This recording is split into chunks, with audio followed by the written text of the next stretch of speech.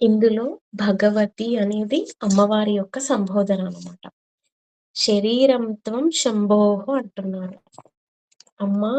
నువ్వు పరమశివుడి యొక్క శరీరానివి తల్లీ అమ్మా అంటున్నారు.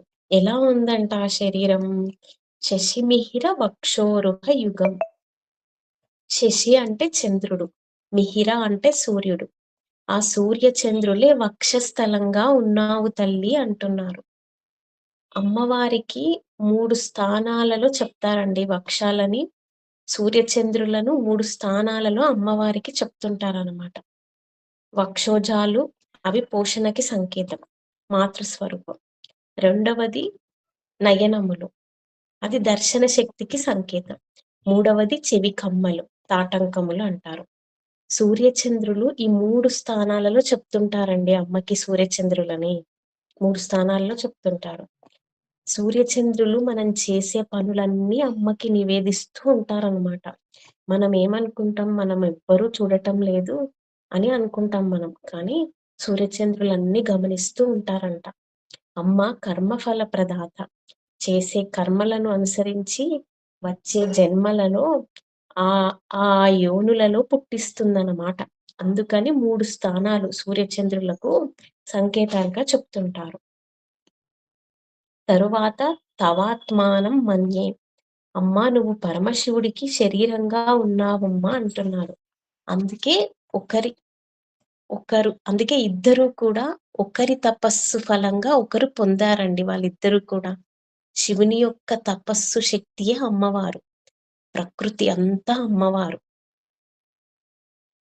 నీ నీ యొక్క శరీరం పరమశివుడైతే, పరమశివుడి యొక్క శరీరం నువ్వవుతావమ్మా అని చెప్తున్నారు. ఈ రకంగా నిన్ను తలుంచుకున్నానమ్మా, నవాత్మానమనఘం. ఇక్కడ శివుడికి 2 రకాల విశేషణాలు చెప్పారు. నవాత్మానం, అనఘం. నవాత్మానం అంటే చూద్దాం. నవ అంటే 9.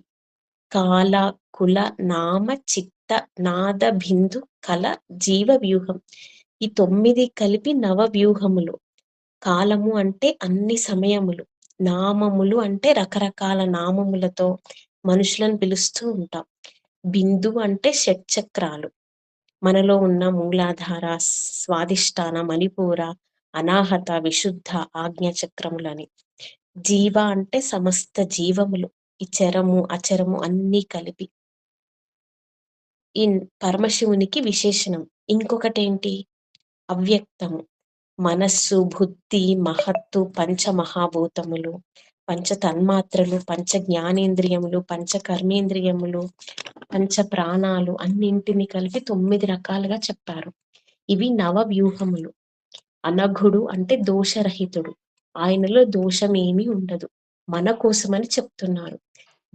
వీరిద్దరికీ ఉన్న సంబంధం ఏంటి అంటే శేష, శేషి, శివపార్వతుల సంబంధం అంటే.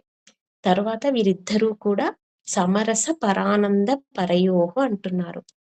పరమానందం అంటే ఆనందంలో ఇద్దరిది సమమైన అనుభవం. అంటే వాళ్ళ ఆనందం దేని మీద ఆధారపడి ఉండదనమాట.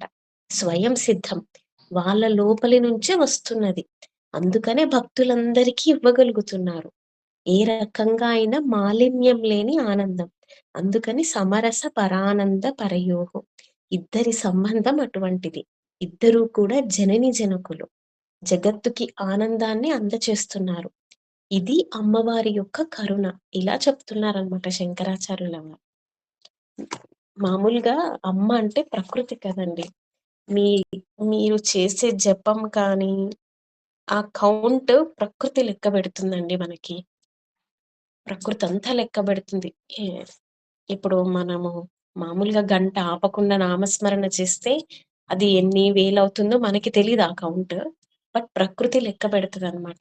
ఆ లెక్కబెడితే ఒక కౌంట్ దాటాక మీకు తెలుస్తుంది. మీకొక పవర్ లాగా మీ చుట్టూ ఒక పాజిటివ్ ఆరా ఏర్పడుతుందనమాట. అది మీకు తెలుస్తుంది. మనం ఏం చేసినా ప్రకృతి లెక్కబెడుతుందండి. చెడైనా, మంచైనా. ఒక టైం వరకే ఏదైనా భరిస్తుంది ప్రకృతి. ఆ తర్వాత నీది నీకు తిరిగి ఇచ్చేస్తుంది. మంచైనా, చెడైనా. ఎవ్వరికి వాళ్ళకే. ప్రతి ఒక్క జీవికి. అమ్మ అంటేనే ప్రకృతి. అందుకే ప్రకృతితోన చాలా జాగ్రత్తగా ఉండాలి ప్రతి ఒక్కరము.